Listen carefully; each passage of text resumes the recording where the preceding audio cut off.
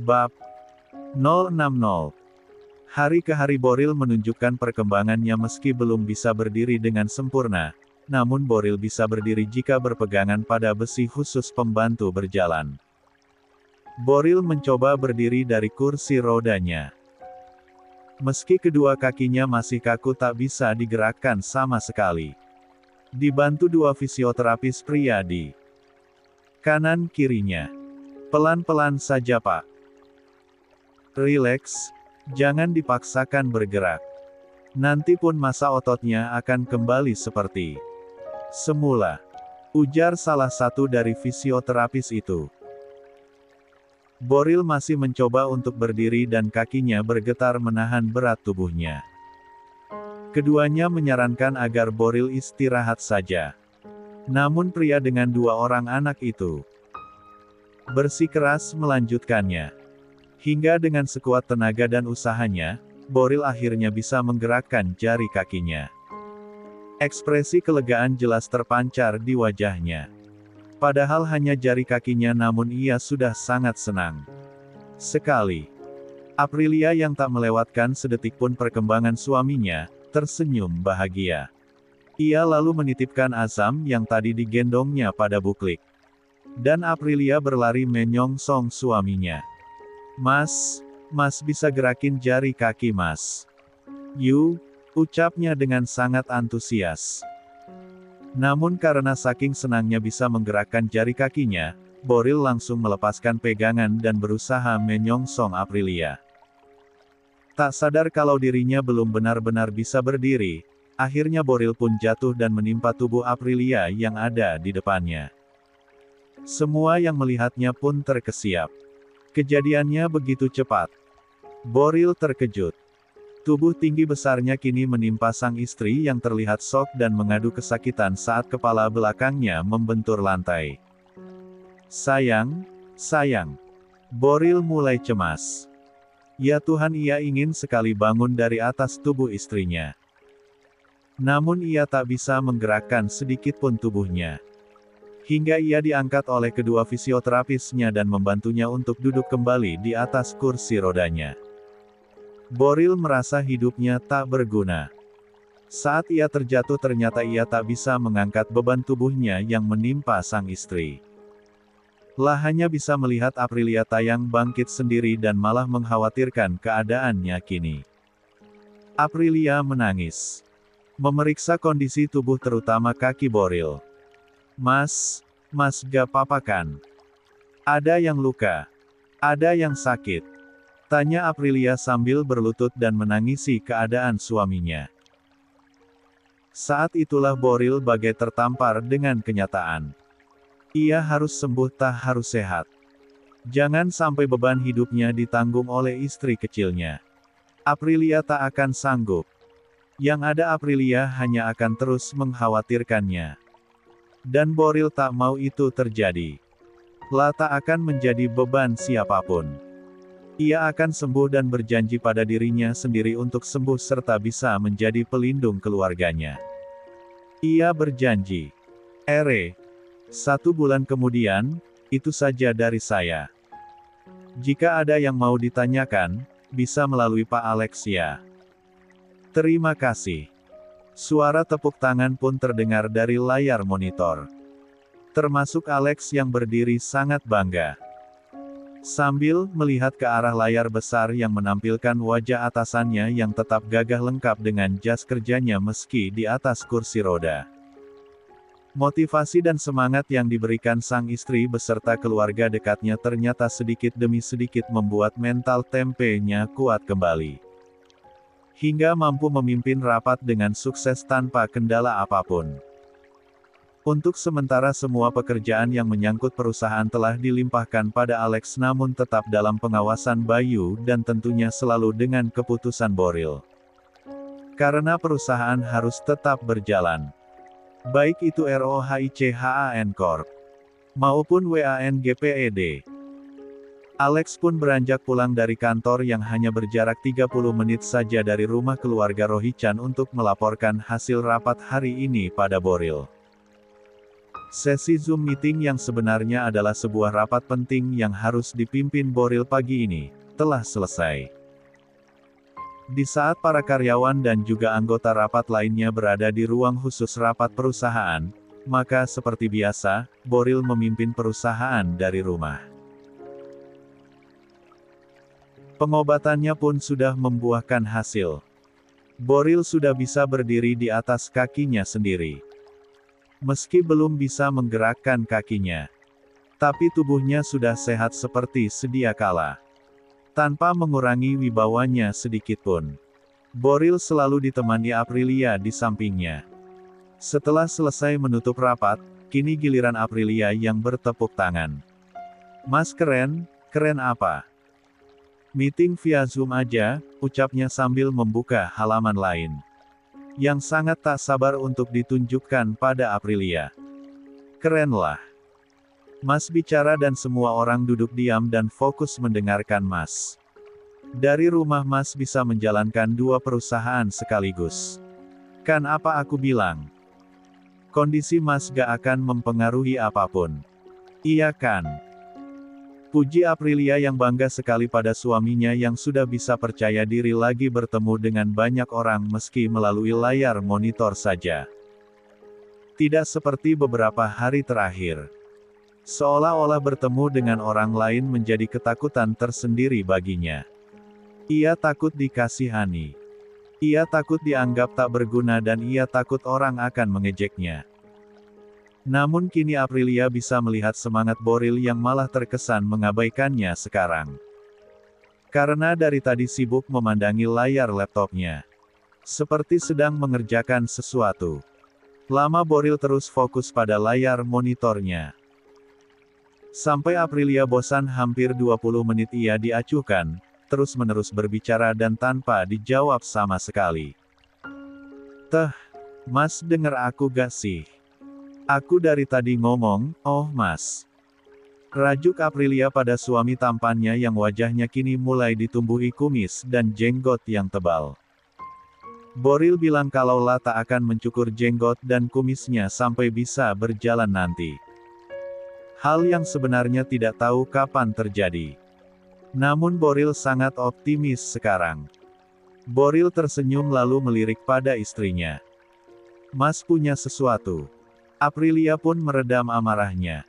Dia lalu mengerutkan keningnya. "Apa?" Boril menggeser layar monitornya agar menghadap ke arah Aprilia yang duduk di sampingnya. Aprilia memang bisa berbahasa asing. Seperti bahasa Inggris dan sedikit mengerti bahasa Italia selama ia tinggal di Milan beberapa bulan yang lalu. Namun ia masih tak paham dan terlihat sangat bingung dengan apa yang dibacanya. Kenapa ada nama Kasano Corp di halaman itu? Ini apa? Kado buat Azam. Mas. Aprilia menatap dengan pandangan heran dan kaget pada suaminya. Sedangkan Boril tersenyum sangat tulus lalu membelai lembut rambut istrinya. "Mas belum kasih kado untuk kelahiran Azam. Mas bingung harus kasih apa. Lalu Mas pikir membeli. Perusahaan papamu sepertinya ide yang bagus. Ya, anggap saja perusahaan keluarga Kasano akhirnya jatuh ke pewarisnya juga." Aprilia tak bisa mengatakan apa-apa. Hanya matanya yang terlihat berkaca-kaca. "Ini terlalu berlebihan. Mas gak perlu seperti itu buat membantu papa sama mamaku. Hei, Mas kan udah bilang. Mas beli kado buat Azam. Dan inilah yang bisa Mas berikan untuknya." Aprilia tak sanggup menahan tangisnya. Ia lalu berdiri dari duduknya dan menghambur dalam pelukan suaminya. "Kenapa? Kenapa Mas masih memikirkan orang tuaku di saat aku aja mencoba untuk menjauhi mereka?" Boril menggelengkan kepalanya lalu menghapus air mata istrinya. "Boleh kecewa. Tapi gak boleh memusuhi mereka. Apalagi sampai memutuskan hubungan kalian. Orang tuamu sedang susah di sana. Dan kita gak boleh membiarkan mereka kesusahan seperti itu." Aprilia menangis haru. Ia tahu kalau orang tuanya bangkrut dari Stella. Tapi La menutup mata dan telinga. La sungguh kecewa pada orang tuanya yang menurutnya terlibat dengan apa yang dilakukan oleh Andika. Hingga sampai sekarang Aprilia tak pernah mau menghubungi Antonio dan Adriana. Mas dengar, kini orang tuamu sudah bebas dan menempati mansion mereka lagi. Tapi belum bisa ke Indonesia. Kapan-kapan kita yang ke sana. Ucap Boril sambil menggenggam kedua tangan istrinya dan mempermainkan jari-jari tangannya.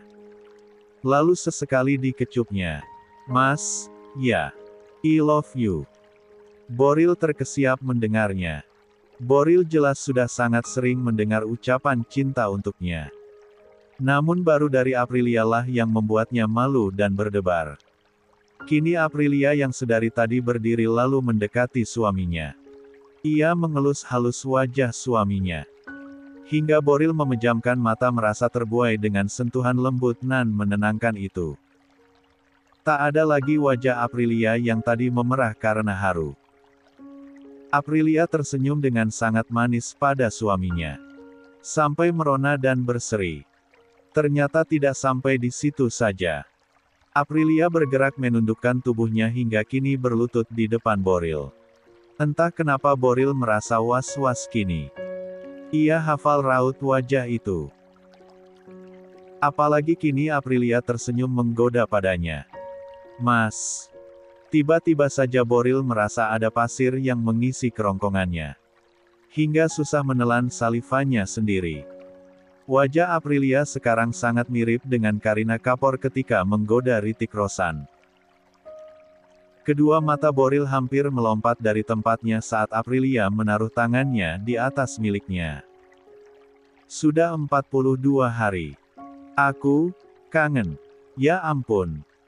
Siapa sih yang mengajari istrinya mesum begini? Ayu.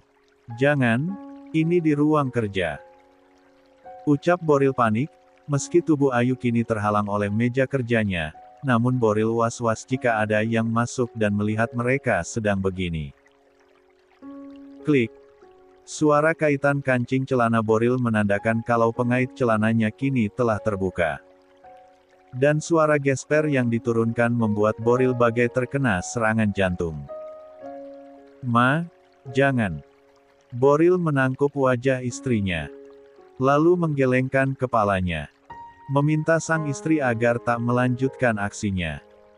Sebagai mamanya Azam, aku cuma mau ngucapin makasih atas kadonya, Ma, Papa, please, jangan.